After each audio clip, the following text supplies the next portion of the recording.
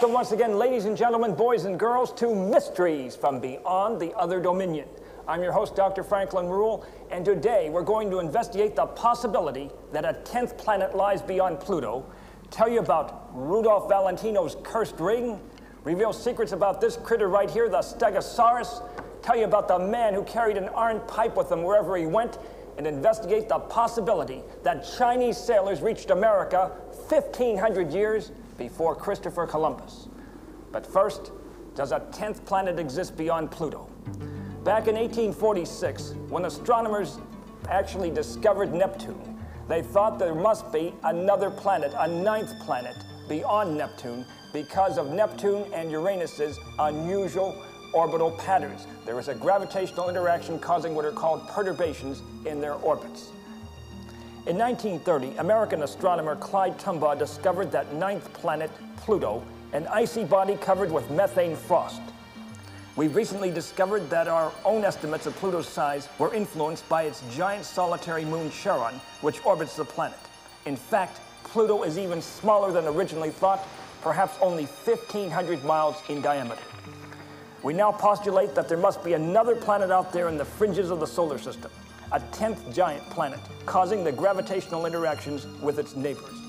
In 1972, Dr. Joseph Brady from the Lawrence Livermore Lab developed a working model of this planet beyond Pluto. Brady dubbed it Planet X, but Planet X has a number of unusual peculiarities. First, it moves in what's called a retrograde orbit. That is, whereas all the other planets are moving clockwise about the sun, this planet is moving counterclockwise. Secondly, he estimated its size to be about 225,000 miles in diameter. That's 3 times the size of Saturn, our second largest planet, and 30 times the size of Earth. Planet X would be a massive gas giant situated about 6 billion miles from the sun, twice as far out as Pluto.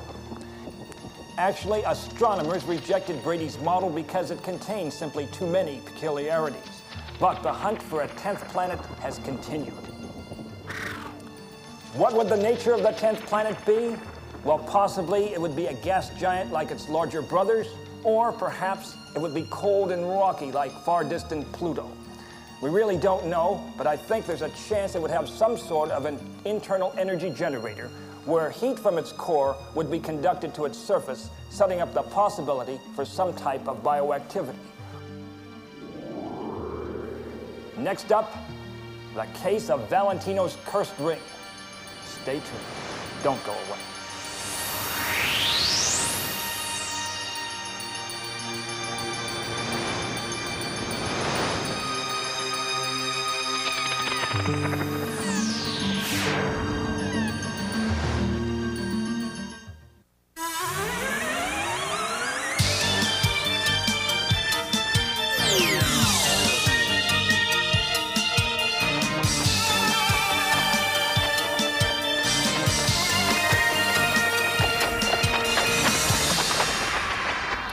Welcome back, and time now for Valentino's cursed ring.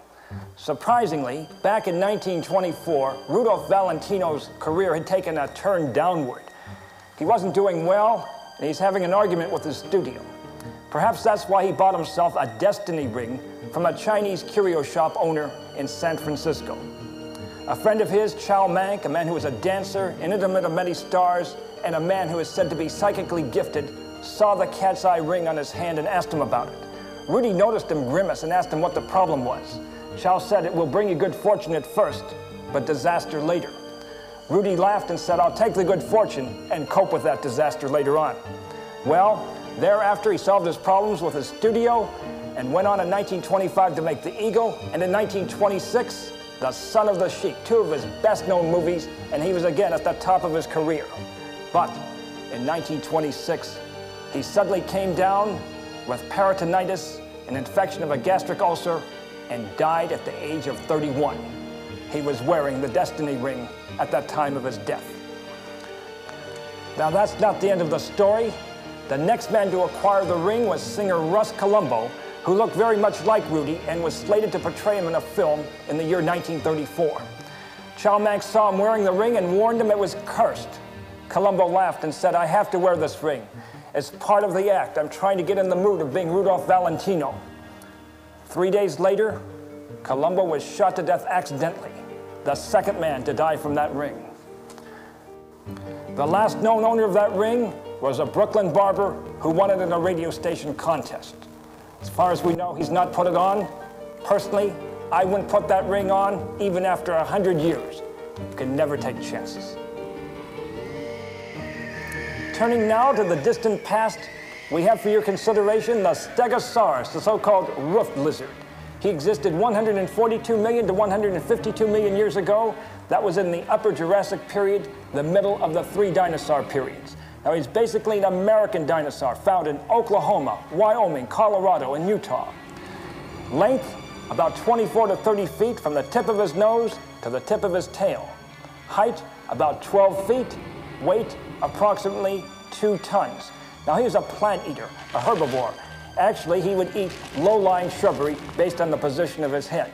He had very weak teeth and very weak jaws, hence when he ingurgitated food, it was actually digested in his stomach by so-called stomach stones or gastroliths, which would grind up that food in his tummy because of those weak teeth. Although he's a gentle plant eater, for defense he could swing his vicious tail. Look at those spikes on it. That could kill another dinosaur if he was provoked. Of course, the main question, what were these leafy projections for? It turns out that they were solar panels. When he wanted to heat up, he'd stand perpendicular to the sun. Blood vessels would carry the heat throughout his body. If he wanted to cool off, he'd stand parallel to the sun and radiate heat off. Amazingly, he was the stupidest of the dinosaurs. He had a brain that apparently was only 2.5 ounces in weight. In fact, it was so small that paleontologists believed he might have a second brain back in the area of his tail where his spine ended. However, no brain cavity is found there, so apparently he was able to exist amazingly for 10 million years with a 2.5 ounce brain. And consider, despite his lack of intelligence, his stupidity, he was still using a modern scientific device, the solar panel. How about that? Time now for the intriguing case of a man who carried an iron rod with him wherever he went. But first, the trivia question of the day. Let me extricate it here from its paper prison for you. The question, what did the initials PT stand for in renowned showman P.T. Barnum's name? Now the prize today, 2 pats on the back because they're 2 initials. And of course you have to administer those pats to yourself if and only if you get the answers correctly. I'll take a sip of water and be back momentarily.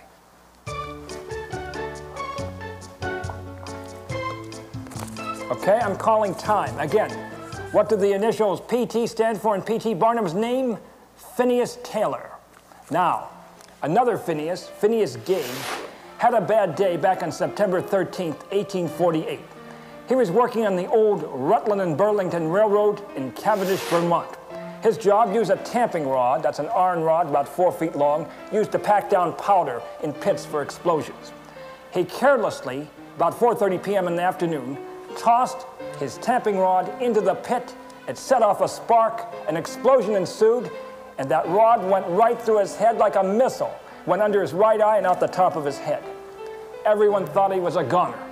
But one doctor nursed him back to health, removed the rod, and Phineas Gage lived, unbelievably. Now, he did lose the sight in one eye, had a depression on top of his head, and had a distortion in his face. But considering the nature of the accident back then, it was amazing that he still was alive.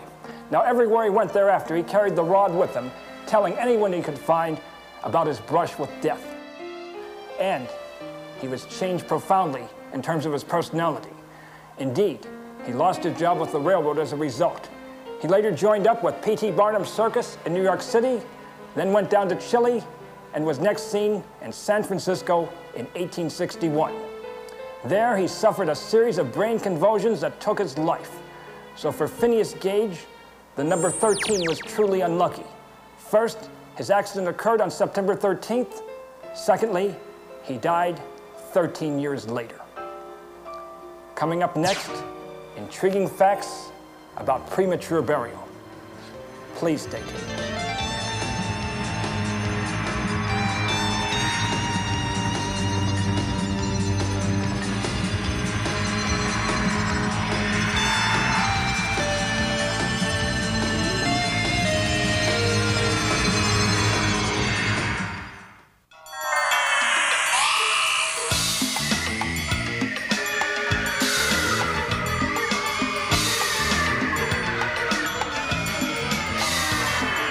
Welcome back. Time now for premature burial. Probably the best known story about being buried alive was Edgar Allan Poe's short story entitled The Premature Burial. Indeed, Poe himself was a taphophobe. That's an individual terribly afraid of being buried alive. Now, during the Middle Ages, apparently many people were buried alive because physicians simply could not distinguish between a state of catatonia and actual death. In one case, at a cemetery in Paris, graves were dug up so bodies could be moved to a new location. Some of the caskets opened up and they found skeletons face down, suggesting that the people had tried to free themselves from a coffin after having been buried alive. They also found the insides of some coffin lids scratched up, again indicating people were trying to claw their way out. Very tragic cases. One woman who had good cause to worry about premature burial was Eloise Breswick of Manchester, England. Back in 1830, her brother had apparently died, but as attendants were starting to nail down the coffin lid, she saw him blink his eyes. He was buried alive. Thereafter, she suffered terrible nightmares about the incident. As her own death approached in 1835, she asked her own doctor, Thomas White, to make sure that did not happen to her. He agreed to her wishes because he was going to inherit her estates and $125,000. When she did die in 1835, he wrapped her body up like a mummy, leaving only her face exposed. He kept her body upright in a grandfather clock case. He kept it in his office for the next 25 years until the Grim Reaper paid him a visit. For the next 8 years, it was kept in a local museum. Finally, they decided she was not coming back to life and buried her traditionally underground. She could have used a device invented by Count Carnicki of the Russian court. Now, his invention was sort of a Rube Goldberg device. It consisted of a glass sphere placed on the chest of a cadaver in a coffin. A tube ran through the coffin above ground. Attached to it were a bell, a flag, and a flashing light. They would only be activated if there was movement by the cadaver, alerting someone above ground that there is a living person below ground. We don't know how many people availed themselves of that device, but we certainly could use it today. Every once in a while in the news, we hear a report about a corpse in the morgue suddenly coming to life, and we want to eliminate those few cases of premature burial. Now, we learned the location of one of the hideouts of Jesse James, so we sent our intrepid reporter, Dennis, to get the inside scoop. Take it away, Dennis! I'm now in Stanton, Missouri, and behind me is the Merrimack River. After a train robbery at Gadd's Hill, a posse of men followed Jesse James and his gang up this river and into the Merrimack Caverns, where they found his horses in the darkness. At the age of 17, Jesse and his brother Frank had worked these caves as Confederate guerrillas during the Civil War. Since they knew these intricate passages like the back of their hand, they would often hide here and count their stolen loot. Then make their escape along an underground river. Considering the dangers of his chosen profession, you would think that Jesse James would have met his fate with a dangerous bang-em-up shootout with the law. But actually, it was quite the contrary. I'm now in St. Joseph, Missouri, and behind me is the Jesse James home. He lived here with his wife under the assumed name of Tom Howard. And on April 3rd, 1882, he died here, shot in the head by his own gang member, Bob Ford. As the story goes, Jesse, Bob Ford, and his brother Charlie were in this room planning their next robbery. Jesse noticed the picture hanging on the wall crooked, so he stood up on this chair to adjust it. Now, Bob and his brother had been planning to kill Jesse for several months, and now was their chance. Bob pulled his gun and fired. Jesse fell to the floor, dead. Later, blood-stained splinters were sold for $1 each. The bullet made this hole in the wall, which has been picked at by souvenir hunters ever since. Jesse Woodson James, the son of a preacher who terrorized the West for almost 2 decades, was no more. Well, there you have it, the story of Jesse James. Many times he's portrayed as a hero, but in reality, he was a cold-blooded killer and a bank robber. Another excellent report. Thank you very much, Dennis. By the way, Jesse was age 37 when he died. Bob Ford was 21. Intriguingly, the townspeople put him on trial because they thought he killed an honest citizen, Tom Howard. He was sentenced to die, but the governor intervened, granted a reprieve, and gave him a $5,000 reward. Thereafter, wherever Ford went, he heard the following song sung by Salone troubadours. Bob Ford, the dirty little coward, who shot poor Mr. Howard. Now, 10 years later, in Colorado, he was shotgunned to death by a partisan of Jesse. In other words, what goes around comes around. Next up, one of the most intriguing primates on Earth, the ii. Let's watch him in action. Roll tape. The ii is a lemur-like primate found on the island of Madagascar. It resembles a small fox with its beautiful bushy tail. The ii is considered the most intelligent of the prosimians, that is, the early primates. Indeed, it is believed to be the ancestor of all other primates, ranging from lemurs to human beings. There are only 18 in captivity around the world today, and an unknown number in its native habitat. Unfortunately, it is on the verge of extinction due to human encroachment on its jungle home. Incidentally, he's named after the sound he makes, I. Coming up next, evidence proving that Chinese sailors beat Columbus to the New World by 1,500 years. Stay tuned for this.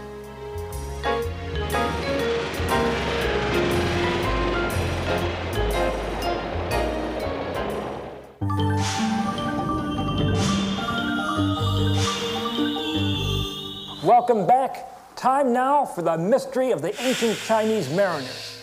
Back in December of 1975, off of Palos Verdes, California, Bob Maestro and a friend were aboard a boat. They were fishing for abalones. Instead, they hooked a giant rock, specifically a huge stone donut weighing 280 pounds. Let's hear what Bob has to say about this. In 1974, I was out diving, and I was collecting shells. I was out trying to catch lobsters, and whenever I'd see an interesting place, I would just, like a depression, I would fan these shells into this bag. And fanned this one, and the depression kept getting deeper and deeper and deeper, and then it not only went this way, but it went this way, and I thought, that's really peculiar. So I stuck my hand down and I lifted this stone up. And we brought it into the shop. It weighed 280 pounds, and it really looked like something that people would tie a rope on and anchor their boat with. And we really didn't know. And then somebody took a picture of it, sent it down to one of the well-known archaeologists in San Diego. And he said he was almost positive that they were 4,000 years old Chinese stone anchors. This is probably the one that really geared us into thinking they were man-made. And I call this the starter stone. This is quite a large rock, I'm saying. Maybe 800,000 pounds or something like that. And that hole, to me, is the same way that they would start boring a hole in concrete today. It has a pilot hole in the center of it, and then the bigger outer hole is like a big auger would be. To drill this hole through this stone is quite an accomplishment. Like, I took it down to other people and asked them, can you drill a hole through there like that? And the guy says, yeah, if you want to pay me a lot of money. So I know that these were pretty valuable, but they were throwaways if they had to be. The project is ongoing now for 18 years, and it may outlast me. And I expect someday that they will resolve it, and hopefully within my lifetime. Admittedly, it would have been more of a task for Chinese sailors to reach the New World than Columbus. He only had to travel about 4,500 miles from Spain. They had to travel about 9,000 miles. But they had a reputation as being superb mariners. Additionally, there is some inland evidence that the Chinese arrived first. For example, there's a stone in Nevada that has ancient Chinese inscriptions on it. And in Colorado, in the town of Granby, there is an idol with ancient Chinese writing. I think it's certainly possible that the Chinese beat everyone else to America 2,000 years ago. Now, if you've uncovered anything of an unusual nature, such as an alien-looking rock or an ancient-looking stone, call us at our toll-free number. That's 1-800-45-RULE, R-U-E-H-L. We might just feature your story on a future edition of our show. You'll achieve a small measure of fame And that's a lot better than a slap on the belly with a wet trout. Now, until next time, may the power of the universe be with you. Be with you. Be with you.